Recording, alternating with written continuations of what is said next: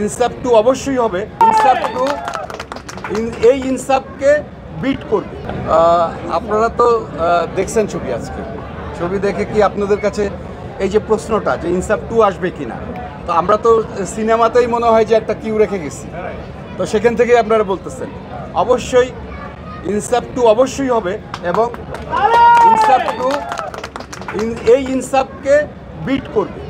এই ইনসাফের থেকে অনেক ভালো, অনেক বেশি অ্যারেঞ্জমেন্ট, অনেক ভালো গল্প এবং অনেক ভালো টেকনিক্যাল হচ্ছে যে সহযোগিতা নিয়ে আমরা ইনসাফ 2 আসব।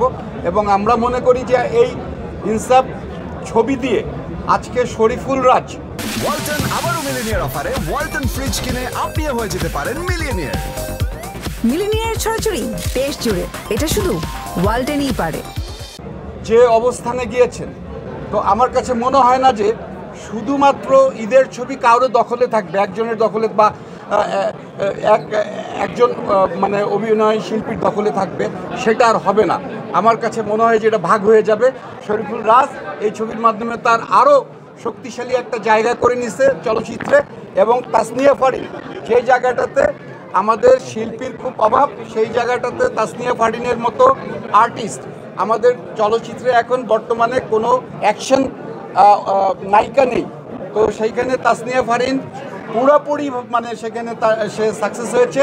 এবং আমি মনে করি যে তাসনিয়া ফারিনের একটা তারও একটা শক্তিশালী একটা জায়গা হয়েছে এবং শক্ত অবস্থান হয়েছে।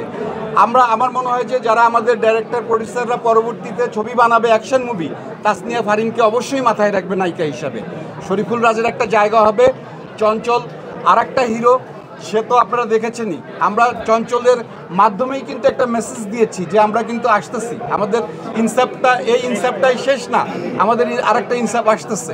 মিশা সওদাগর অসাধারণ অভিনয় করেছে, আমাদের হচ্ছে মোশাররফ করিম গুণী শিল্পী।